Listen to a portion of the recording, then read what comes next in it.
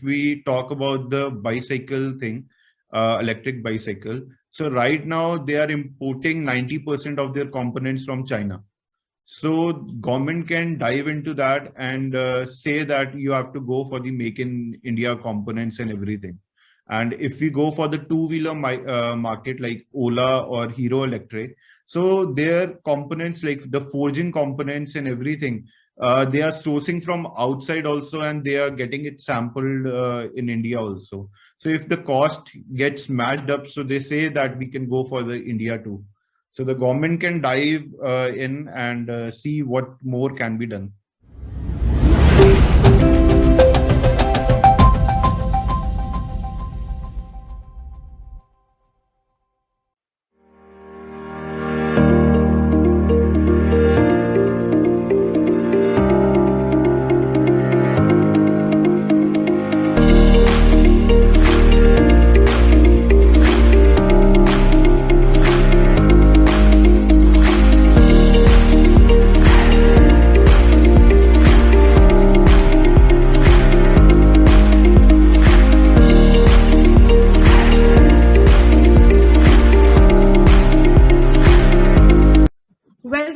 Another episode of the Vision Board. We talk to various industry people to understand their perspective, and this is the episode where we talk to Siddharth Mittal of Auto International to know the SMB perspective. In this episode, we'll be talking to Siddharth and understand what are the current challenges that this industry has faced over the last 2 years. Let's get deep into the conversation and understand what is it about SMB that we are missing, or what is it about SMB that we are exploring? Welcome, Siddharth. Thank you. It's a pleasure to be here. Thank you, Siddharth, for being part. Actually, this is our first episode, where we'll be diving deep into the SMB industries. So I'm happy that you are here, where we'll try to learn the challenges of the, not only auto industry, but SMB overall. Okay. So let me start with this. This is because you're from marketing team and you're leading the marketing team. You're the marketing director of Auto International. How is marketing for an auto industry different from the rest of the industry? Yeah, and especially the auto ancillary companies like yours. How is marketing different in your industry? See, what I can say is we as a forging and machining unit are offering extensive range of integrated smart and e-mobility solutions. Auto International believes in connecting aspirations by offering innovative mobility solutions that are in line with customer aspirations. So as the international business is growing for us, so we have decided to look into the 4 key features which are driving optimal sourcing and manufacturing, enhancing overall customer experience, and establishing the Auto International brand across the geographies, which is the most important right now. So what are the biggest marketing challenges in the auto industry that you have experienced this year particularly, or maybe, post-pandemic? I mean, I do understand there are a lot of marketing challenges you must be facing every day, but what is it that you want to particularly tell us about? Well, I would say that demand can fluctuate dramatically, and overstock inventories were the most important thing, which hampered the productions and everything in the automotive sector. The automotive market, it can be highly unpredictable and volatile, often as a result of external factors which are beyond shippers' control. So damage in trust of brand, which can cause the nosedive situation for us. And as far as marketing is concerned, what are the new things that Auto International is thinking of to do this year? If I talk about Auto Internationally particularly, so in previous times we used to focus more on exhibitions and everything, and we used to spend nearly about 25 to 30 lakhs just for 4 to 5 days. So during the COVID times, we have seen that the other variant is the online marketing and everything. So through the platforms like LinkedIn and this Facebook and all, so we can just promote our brand and we can reach to the target customer. So, Siddharth, this pandemic has been a learning lesson for all of us, right? Even companies like ours have tried to diverse ourselves and try to learn, the new things. And we kept on inventing ourselves. So, Yes. what are the major learnings for SMB for pandemic? What would your company do differently now? What changes have you adopted in your marketing strategy? Okay. So firstly, I'll take it in general for the MSMEs that the backbone of India's economy is MSME, and it is hurting on account of the impact of COVID-19 impact, and lockdown impacted business and growth plans for several small industries in India, with over 82% of small industries seeing a negative impact and 70% stating it would be almost a year to achieve pre-COVID levels. And during this pandemic, we understood the importance of online selling mechanism, digital payments, digital bookkeeping, cloud solutions, automation, managed services, and various as a service solutions. So these allowed us to tap into new avenues of growth, and they no longer worry about spending on a large internal team to manage these processes manually. And the last thing is we are now more focused in pitching the market via B2B platform instead of making personal visits. Oh, okay.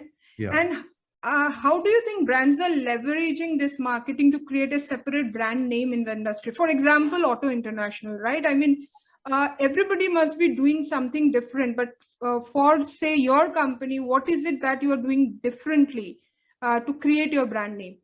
So if we talk about the North India specifically, so in North India, whatever forging companies you see and everything, so they don't promote their brand online by telling their stories about a component which they have, say you can say forged or something. So we are telling about the components we are forging, we are machining, we are telling about the product range, and this is taking like every weekly or fortnightly we are promoting a poster or a banner on internet, and according to that, so that it reaches our customer that whatever you can say machinery or any product we are adding into our cart, so they can get updated and they can get to know about the same. Siddharth, I mean, I am actually fascinated by the AR/VR technology, which can actually disrupt this, SMB space. So, what are your views on AR/VR technology for your industry, and how effectively Indian SMBs is going to use it in future? Because I see a lot of, restriction also. I mean, there is a limitation that I see in the SMB space. They are not very experimental. So, Yes. what is your take on this, and what do you think whether companies like Auto International, which is an auto ancillary product, are they going to use this technology to reach your international business, or the people who are not able to visit your company maybe because of the restriction? So, what's your view on that? Yes, surely virtual reality and augmented reality are ready for business, and some of the biggest opportunities to exploit these technologies lie in industrial manufacturing and design. So I would say in today's manufacturing industries are trying to improve their competitiveness by combining manufacturing at par with information technology. So as you said that VR and AR are the technologies and effective technologies in Indian SMBs. So surely the people would turn their perspective towards the AR VR, because when you see a client who is sitting overseas and he can visit your company through just a technology part, so that is the best part the SMBs would be looking for, and it will increase the business also. So Siddharth, how do you use content marketing? I mean, I don't see a lot of SMBs using content marketing as key. I mean, everybody is having their website or they're writing blogs or whatever. But do you think that SMB has used content marketing, in its best way? And how can brand like yours leverage it? See, in our business, the content is the product we are manufacturing, the infrastructure we have, and how we are increasing it day by day. And you can say about the management, how they are keenly interested in the products and in the infrastructure to growth and to showcase into the public.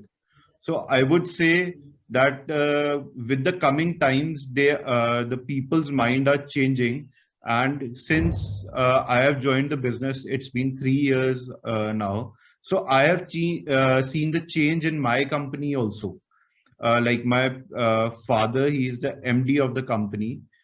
He was reluctant to do some things at the beginning when I joined, but later on he decided that these are the things which are the future, and you can say it can reach to maximum number of people in a short span of time.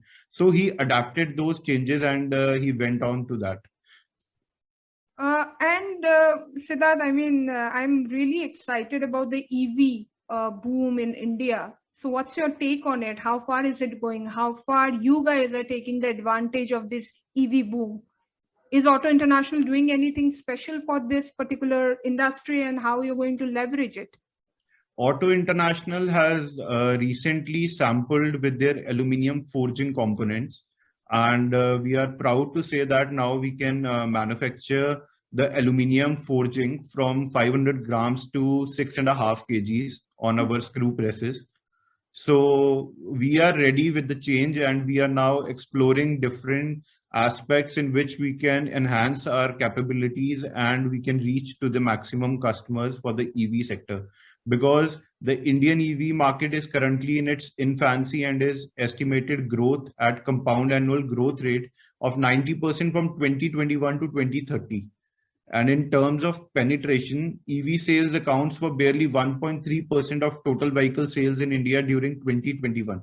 So this is surely the next future. And however, the market is growing rapidly and is expected to worth more. India's shift to shared electric and connected mobility could help the country save nearly 1 gigaton of carbon dioxide emissions by 2030.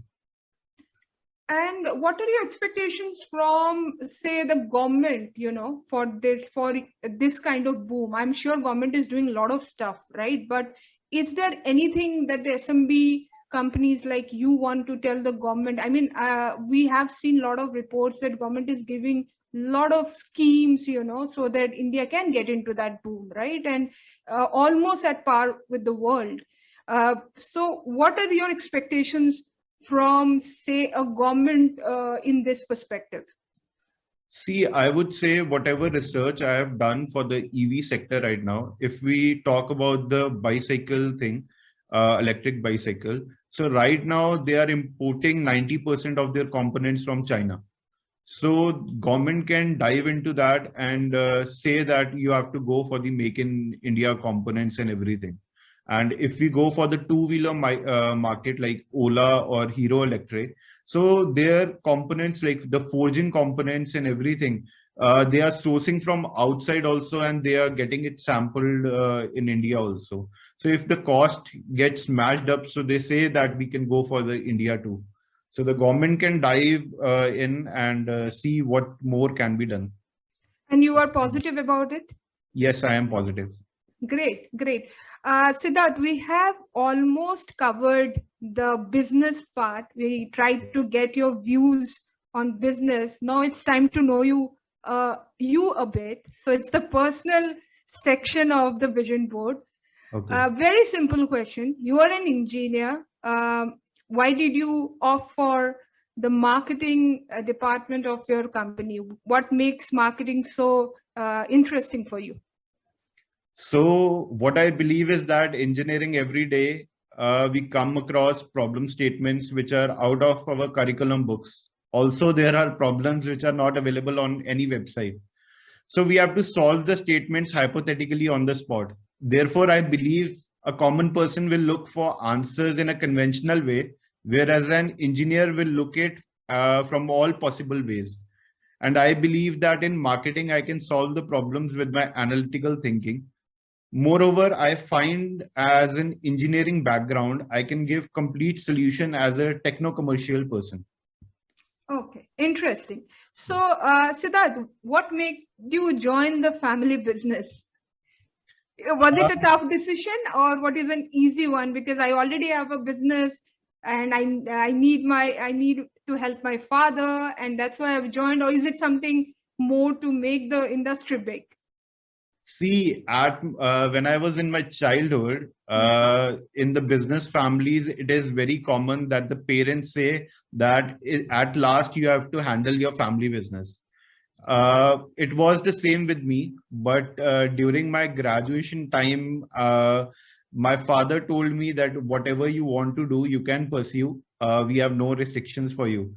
But since my childhood, I was inclined towards automobiles, particularly cars.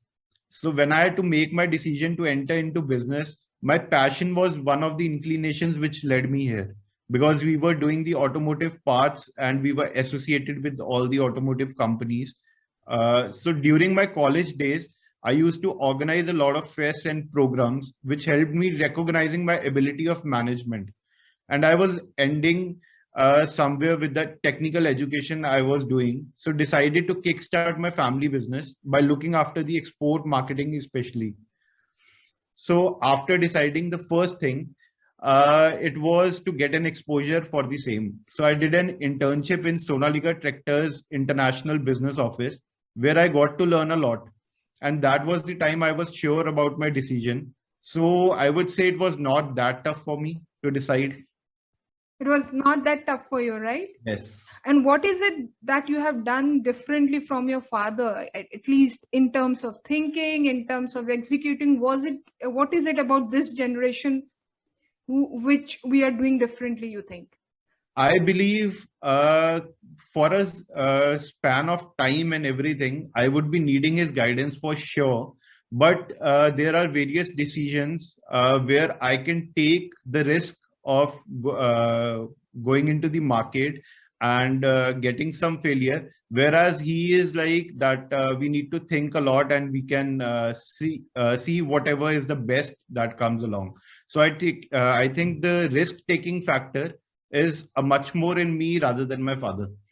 And the risk, I'm sure, are now giving you results, right? Because Yes. I think Auto International is getting bigger and bigger each day. I mean, whatever little I know about the company, you're doing wonders. What is that one advice you want to give to the upcoming marketers, Siddharth? The one advice would be that export is a proving ground. And if a company can do it good in exports, it can surely be good in quality. There's a lot of scope for exports. Also, we should promote our Make in India products, which are now acceptable worldwide. So to conclude it, my advice is to focus on exports and adapt to the changing technologies to be successful and to cater the future requirements. Perfect, Siddharth. Thank you for your time. And I think we have some perspective from someone who has seen the technical as well as the marketing side of the industry. And I'm sure you're going to use technology in a big way to reach your audience. Thank you for time and hope to meet you soon. Thank you.